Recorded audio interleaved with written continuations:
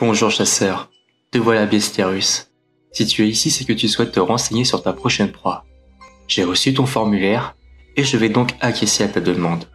Si tu aimes les vieilles histoires scandinaves, notamment au temps des héros, je pense que tu vas être servi. Car la cible que tu cherches semble avoir déjà eu de gros problèmes avec un autre chasseur d'un autre temps, de son monde. Et d'ailleurs, contrairement à toi, cette personne n'avait aucune préparation. Tel un animal, il s'est jeté sur sa cible sans aucune retenue. Si tu veux en savoir plus, assis-toi et laisse-moi me renseigner sur l'état actuel de ta quête, le dénommé Grendel.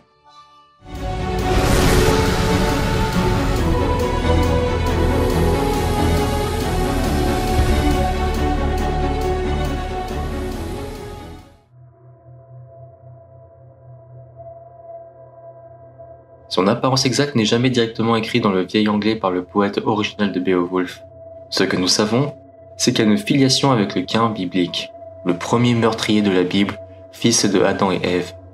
Grendel est appelé un marcheur de l'ombre. En d'autres termes, étant donné que le monstre a été décrit à plusieurs reprises comme étant le lincueil des ténèbres, Grendel est dépeint tantôt comme une entité démoniaque, un monstre, un géant, un dragon, ou un énorme ogre hideux comme un humain avec une peau coriace presque impénétrable, de grandes dents canines, avec de longs ongles aux extrémités de ses mains, en forme de griffes. Il semblait aussi avoir une force surnaturelle et un manque absolu de la peur et de la mort. Bien que son statut en tant que monstre, géant ou autre forme d'être surnaturel n'est pas clairement décrit dans le poème épique anglo-saxon nommé Beowulf, il reste ainsi l'objet d'un vaste débat. Une créature des ténèbres, exilée du bonheur et maudite de Dieu, destructeur et dévoreur de notre espèce humaine. Pour ajouter à sa description monstrueuse, le poète détaille comment Grendel consomme les hommes qu'il tue, maintenant qu'il pouvait espérer manger son pain. Grendel est vaguement de forme humaine, bien que beaucoup plus grande. L'autre, déformé, sous la forme d'un homme, se déplace au-delà de la palle. Plus grand que n'importe quel homme, une naissance contre nature, appelée Grendel par les gens du pays dans les jours anciens. Il est noté également que la tête désincarnée de Grendel est si grande qu'il faut 4 hommes pour la transporter. En outre, lorsque le bras déchiré de Grendel est inspecté, il est décrit comme étant couvert d'écailles impénétrables et de croissance cornée, correspondant vraisemblablement à un reptile. Chaque ongle, griffe, échelle et éperon, chaque pointe et velte sur la main de cette brute païenne était comme de l'acier barbelé.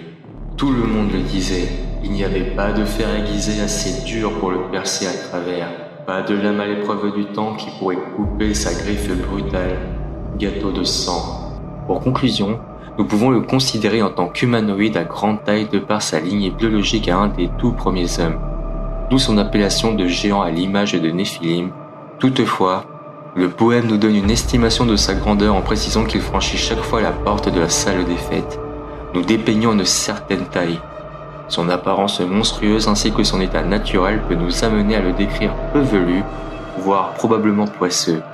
L'image du reptile propre à l'incarnation du mal à l'image du dragon ou du serpent, avatar du diable, sa constitution le place en tant qu'ennemi de Dieu et de la religion, donnant une image de rejet, de dégoût, si ce n'est dangereux de par son alimentation anthropophage et notamment effroyable par son hostilité qui n'a d'égal que de sa fureur. Son apparence repoussante est expliquée également par la malédiction du péché transmis du père au fils, par le premier meurtre de l'histoire, provoqué par son ancêtre et début de la lignée de Caïn. L'être malheureux avait longtemps vécu au pays des monstres. Parce que Dieu l'avait damné avec les enfants de Caïn, le Seigneur éternel vengea le meurtre d'Abel. Il bannit Caïn de l'humanité à cause de son crime. De Caïn ont été éclos toutes les descendances maléfiques, ogres, hobgoblins et les monstres. Sans parler des gens qui ont combattu si longtemps contre Dieu, appelés les Néphilim, pour lesquels ils ont subi des représailles dues comme le déluge. Un hag, mère de Grendel, donna naissance à un monstre horrible connu sous le nom de Grendel. Celui-ci possédait une incroyable capacité de force et de vitesse. En raison de ses capacités, il était vénéré par les enfers comme le champion de tous les monstres. Principalement de forme humanoïde, Grendel est recouvert de fourrure hirsute et mesure plus de 10 pieds de haut. Les armes fabriquées sont insuffisantes contre Grendel. Et un seul Grendel a la capacité de lutter contre toute une armée. Il n'est apparu que la nuit, passant la plupart de son temps à errer dans les marais et à torturer des animaux sans défense. Sa plus grande faim a été et toujours resté pour la chair humaine fraîche. Il est dit de Grendel qu'il est l'esprit mal engendré, qui ont jailli de Caïn après qu'il ait été maudit. Il fait valoir que les mots en vieil anglais traduits par la grande ancienne création des esprits, sa distinction considérée entre l'homme et la bête au moment où le poème a été écrit, était tout simplement le bipède de l'homme. La description donnée de Grendel étant homme comme n'implique pas nécessairement que Grendel est censé être humanoïde, allant jusqu'à déclarer que Grendel aurait facilement pu être un dragon bipède expliquant la présence d'écailles sur son bras. Certains suggèrent que Grendel ressemble à un berserker, ces guerriers qui auraient combattu dans une fureur en transe animale tel un ours, en raison de nombreuses associations qui semblent pointer vers cette possibilité. Grendel est un personnage du poème Beowulf. Depuis sa tanière, située dans un marécage, ce dernier est hercé par les sons du chant qui viennent tous les soirs de la salle d'hydromel de Aeroth, construit par le roi Hrothgar. Furieux et incapable de le supporter, il attaque Aeroth, le palais, et tue plusieurs guerriers. Aucun d'eux ne peut se mesurer à sa force surhumaine, d'autant plus que les épées ne peuvent le blesser. Grendel continue d'attaquer la salle tous les soirs pendant 12 ans, tuant ses habitants et rendant cette magnifique salle d'âme à l'inutilisable, et Aeroth finit par être abandonnée. Beowulf entendit parler de ces attaques et quitta sa terre natale pour terrasser Grendel. Il est chaleureusement accueilli par le roi Hrothgar, qui donne un banquet en célébration.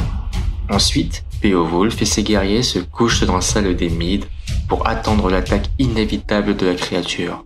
Grendel traqua à l'extérieur du bâtiment pendant un certain temps, espionnant les guerriers à l'intérieur.